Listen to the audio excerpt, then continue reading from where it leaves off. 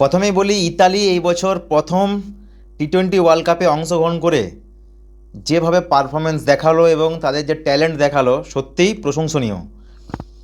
তিনটে ম্যাচে, একটা হচ্ছে তোমার নেপালের সাথে, যেভাবে মানে কোনো উইকেট না হারিয়ে ম্যাচ জয়, স্কটল্যান্ডের সাথে হেরেছে, এবং আজকে ইংল্যান্ডের সাথে হেরেছে ঠিকই, কিন্তু ইংল্যান্ডের সাথে হারার পরও 178 রান অবধি গেছে ইংল্যান্ডের মতো চ্যাম্পিয়ন টিমের সামনে। সত্যিই প্রশংসনীয়। কেন, ইতালির মতো টিম এবছর নতুন মানে যোগদান পর যেভাবে পারফরমেন্স দেখালো, এবং এই বছর প্রত্যেকটা ছোটো ছোটো যে টিমগুলো যেভাবে পারফরমেন্স দেখালো, সত্যি আজকে ইংল্যান্ডের সাথে যেমন প্রথমে ইটালির সাথে যে স্কটল্যান্ডের ছিল, সেটা স্কটল্যান্ড কিন্তু 73 রানে জয়ী হয়েছিল, যেটা 9 তারিখে ছিল। 12 তারিখে কিন্তু নেপালের সাথে ছিল, নেপাল 123 রানে অল উইকেট হয়ে গেছিলো, 124 রান কোনো উইকেট না হারিয়ে কিন্তু ইটালি জয়ী হয়েছিল।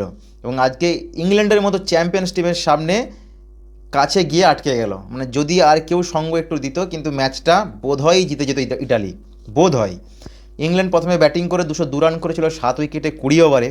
ফিল সল্ট করেছিল 28, বাটলার করেছিল 3, জেকব ব্যাথেল করেছিল 23 রান, টম বেন্টন করেছিল 30, হ্যারি ব্রুক ক্র্যাপ্টেন 14 রান করেছিল, স্যাম কারেন 25 রান করেছে। এবং স্যাম কারেন ব্যাটিং এবং বলিংয়ের দুটোতেই কিন্তু দারুণভাবে পারফরমেন্স দেখিয়েছে। উইল জ্যাক্স 53 রান করেছে নট আউট, জেমি ওভারটন করেছে 15, জোফ্রা আর্চার 1 রান। এবং ইতালির বলার গ্র্যান্ড স্টেওয়ার্ট 2 উইকেট পেয়েছে, জেজে স্মার্টস 1টা পেয়েছে, আলী হাসান 1টা পেয়েছে, খ্রিসান কালুগামাজ 2 উইকেট পেয়েছে, বেঞ্জামিন মানেন্তি 1টা উইকেট পেয়েছে। ইতালির 178 রানে বান্ডিল 20 ওভারে জাস্টিন মস্কা 43 রান করেছে, হারিমানেন্তি ক্যাপ্টেন 12 রান করেছে, এবং বেঞ্জামিন মানেন্তি 60 রান করেছে 25 বলে, মানে 6টা 6 4টে 4। এবং গ্র্যান্ড স্টেওয়ার্ট 45 রান করেছে 23 বলে 2টো 4 5টা 6। বলিং এবং ব্যাটিংয়ে দুটোতে কিন্তু দারুণভাবে পারফরমেন্স দেখিয়েছে। তার সাথে একজনের কারো সঙ্গ লাগতো, যেভাবে 6 মারছিল, মানে মনে হচ্ছিল না যে কোনো বিশ্ব চ্যাম্পিয়ন টিমের সামনে খেলছে ইতালি, প্রথমবার বিশ্বকাপে অংশগ্রহণ করে এই বছর। তো সত্যি লাজবাব।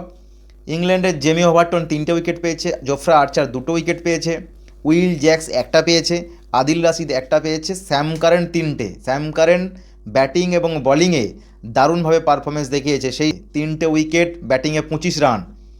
দারুণ, দারুণ, মানে সত্যি দারুণ। এবং ইতালিকে মানে প্রশংসা করার মতো, সত্যি নতুন অ্যাড হওয়ার পরে যেভাবে পারফরমেন্স দেখালো, মানে সত্যিই প্রশংসনীয় বা প্রশংসা করার মতোই কাজ করেছে ইতালি। তো দেখা যাক এইরকম যদি পারফরমেন্স, যেমন এই বছর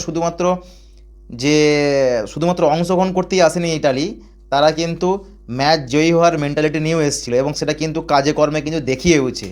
নেপালকে একদম মানে দুরুমুস করেছে, ইংল্যান্ডকে ভালো ফাইট দিয়েছে, স্কটল্যান্ডকে ভালো ফাইট দিয়েছে।